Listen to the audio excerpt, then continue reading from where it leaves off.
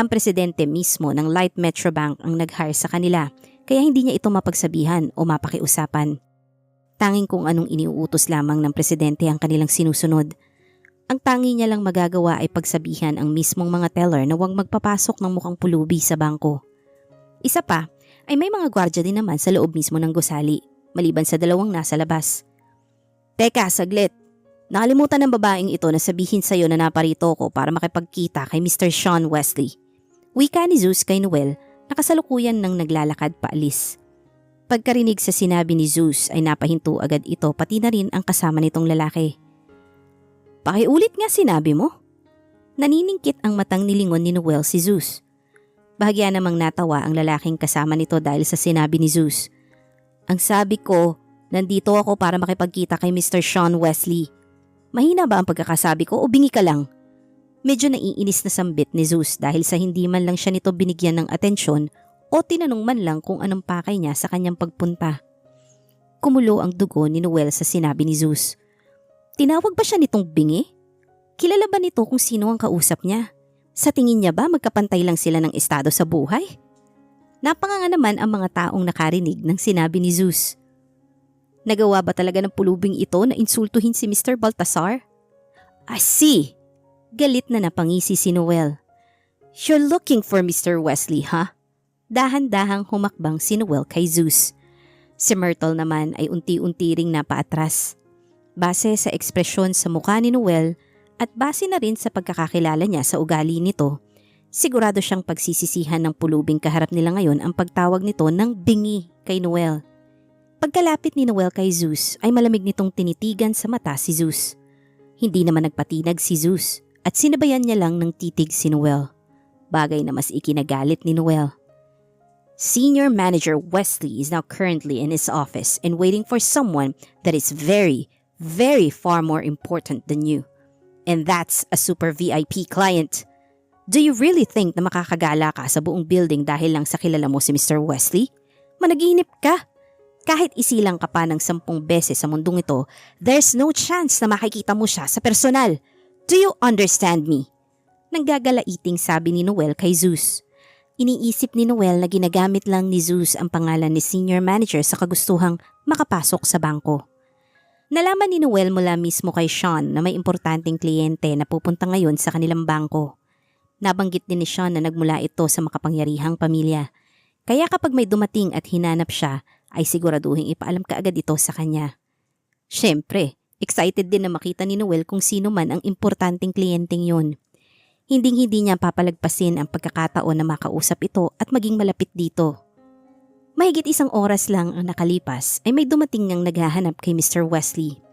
Pero kabaligtaran naman ito ng tinutukoy niya. Kahit pakainin man ngayon si Noel ng dumi ng aso ay sigurado siya na hindi ito ang taong tinutukoy ni Mr. Wesley. Calm down, Mr. Baltasar. Maybe hindi lang pulubi ang isang to, kundi ay kakalabas lang ng mental hospital. Oh, maybe tumakas nga lang to. What a joke. Nakatawang sambit ng lalaking kasama ni Noel. Yeah, you're probably right. Hindi na dapat pinag-aaksayahan pa ng oras sa mga taong katulad ng isang to. Pagsang-ayon ni Noel.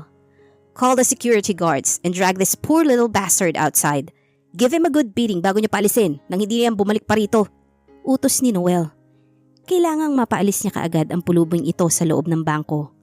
Ayaw niyang magkaroon ng hindi magandang impresyon sa bangko ang kliyenteng hinihintay ni Sean.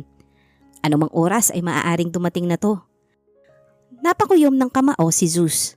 Gustong-gusto niyang maturuan sila ng leksyon at sabihin sa kanila na ang bangkong ito ay pagmamay-ari ng kanyang pamilya. Hindi makatwiran ang ipinapakita nilang pag-uugali. Pero mas pinili niya pa rin ang kumalma. Paniguradong hindi nila gugustuhin makita kung paano siya magalit. Hindi na kailangan. Pagsuko ni Zeus pagkatapos ay nagpakawala ng malalim na buntong hininga at tumalikod upang tumungo ng exit. Meron pa namang mamaya para sa kanila. Sa ngayon ay tatawagan niya lang muna si Philip para hingin ang numero ni Sean. Kampante kasi siya kanina na pagpunta niya rito ay makikita niya kaagad ang senior manager. Kaya hindi siya nag-abalang hingin pa ang numero nito kay Philip. Marahil ganun na rin si Philip. Kaya wala sa isip nito na ibigay pa ang numero ni Sean sa kanya. Pero hindi niya inaasahang ganito pala ang sasalubong sa kanya. Hahakpang na sana palabas si Zeus nang magsalita si Noel. Do you think you can escape that easily? Pasigaw na sambit nito. Grab him! Don't let him leave yet! Saglit lang ay nagsidatingan na din ang iba pang gwardya na tinawagan ng gwardyang naroon gamit ang kanyang radyo. Nalaglag ang balikat ni Zeus. Alam niya na kung saan ito patungo. Pinili niyang maging mapagkumbaba sa ngayon para lang maiwasan ang gulong magaganap. Pero naghuhukay naman ng sariling libingan ang aroganting manager na to. Iniisip siguro ng basurang to na basta-basta na lang siya makakatakas. Tumatawang sambit ng lalaking kasama ni Noel. Kung ako siguro ang ginalit nito, paniguradong hindi lang bugbog ang aabutin nito kundi pati langit. Dagdag pa nito. Napataas ang kilay ni Zeus dahil sa sinabi ng lalaki. Talaga ha? Ganun ba to ka makapangyarihan kaya mas nirerespeto ito ni Noel kaysa sa kanya? Tingnan natin ang tungkol sa bagay na yan.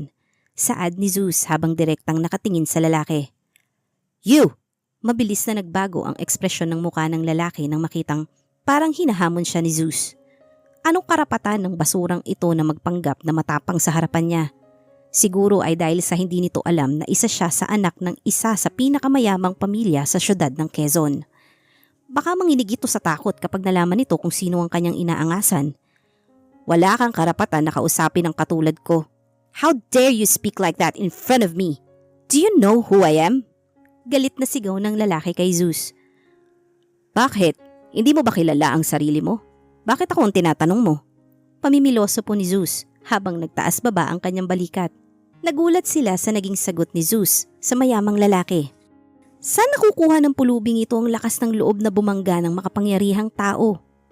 Alam ni Noel at ni Myrtle kung gaano ka makapangyarihan ang pamilya ng lalaking ito. Kahit sila ay hindi maglalakas loob na magsabi ng kahit na anong bagay na makakainsulto sa sino mang miyembro ng kanilang pamilya. Hinihingi ba ng pulubing ito ang sarili niyang kamatayan? Talaga nga namang naghahanap ng sariling kapahamakan ng isang to. Naiinis na nakangising sambit ni Noel. For your information, brat, the one you're talking to is Reynold Zurich. He's the eldest son of the Zurich family at ang kanilang pamilya ay ang pang-apat sa pinakamayamang pamilya sa buong syudad ng Quezon. Konektado din ang kanilang pamilya sa underground society, kaya kung ako sa'yo, mag-ingat ka sa mga sasabihin mo. Pagmamalaki ni Noel sa kasama niyang lalaki. Oh! Tanging reaksyon lamang ni Zeus habang bahagyang tumatango-tango. Pagkakataon nga naman. Ang lalaki palang ito ay kapatid ni Trevor, kaya pala magkasing ugali sila. Kinasusuklaman niya ng lubos si Trevor dahil sa pag-agaw nito sa kanya kay Atasha. Dahil sa ginusto na rin naman na subukan siya ni Reynold, sa kanya na lang ibubuhos ni Zeus ang galit niya kay Trevor.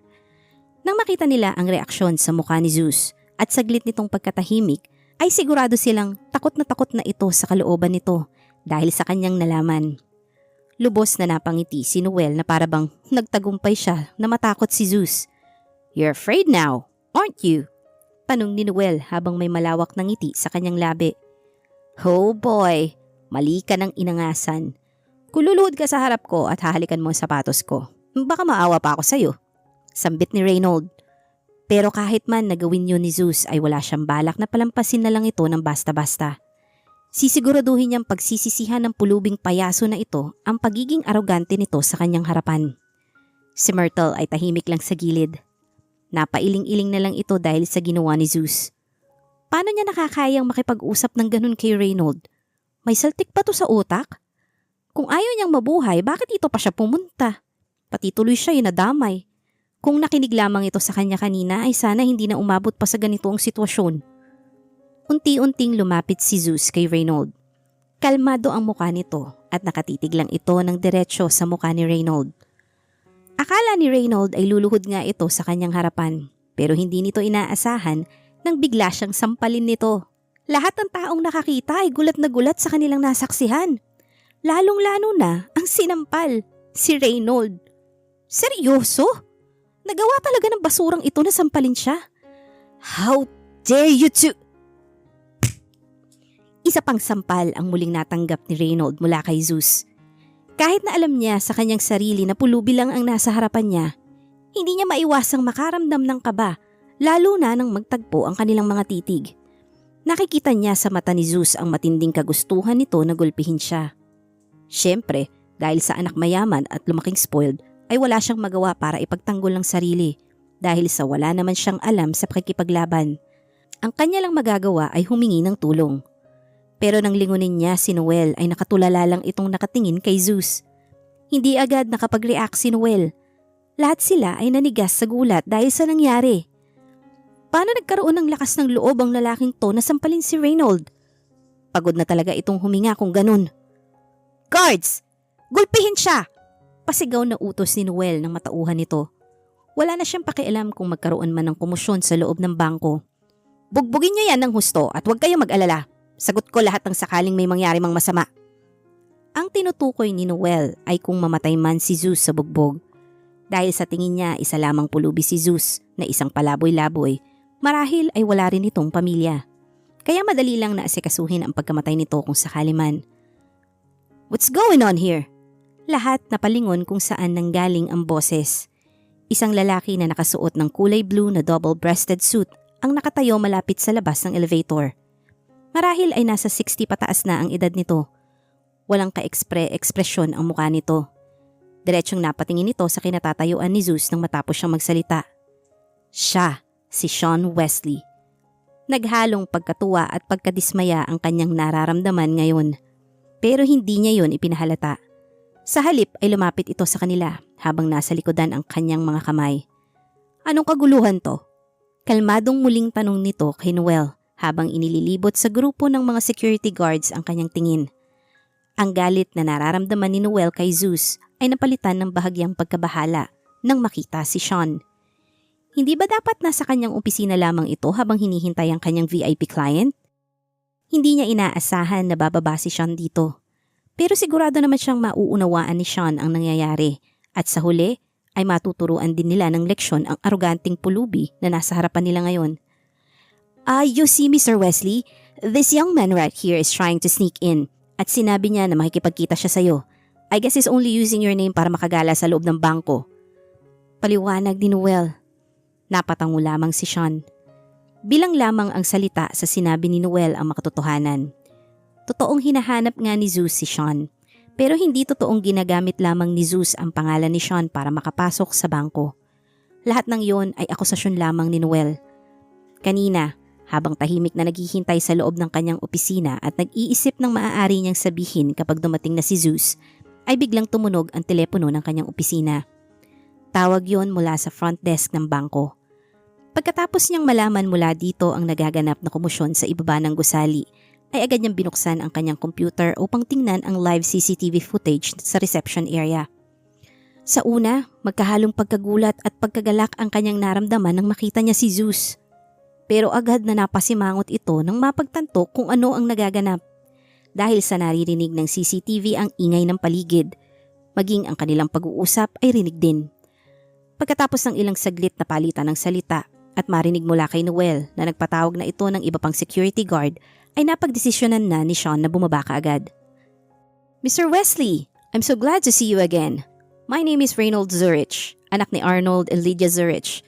We've already met at one of the upper-class family gatherings, remember? Bungad na bati ni Reynold kay Sean at aktong kakamayan niya pa ito.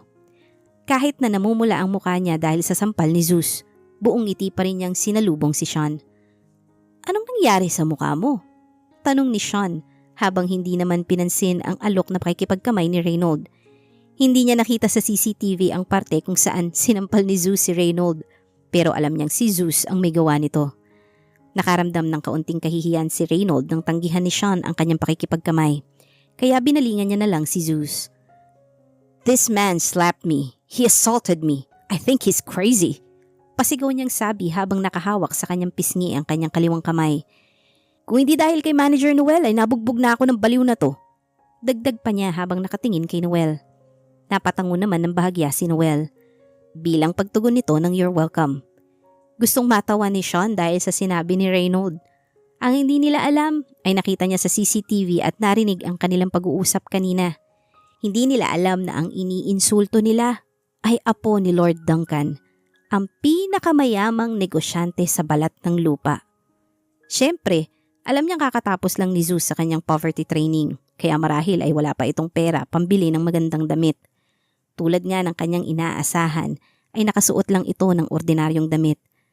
Sa kanyang paningin ay kahit na ano paman ang antas sa buhay ni Zeus, ay wala namang problema sa kanyang pananamit. Para lang siyang prinsipeng nagbalat kayong mahirap kung pagmamasdan. Who slapped you again? Kalmadong tanong ni Sean kay Reynold. Nang marinig ito, nagniningning ang mga matang tiningnan ni Reynold si Sean. Pagkatapos ay inilipat niya ang kanyang tingin kay Zeus. Him! This poor trash slapped me twice! Sumbong nito. Ha! Lagot ka ngayon. You dare to slap me sa loob mismo ng bangkong ito? Kung nasaan at nandirito ang manager at senior manager ng Light Metro Bank?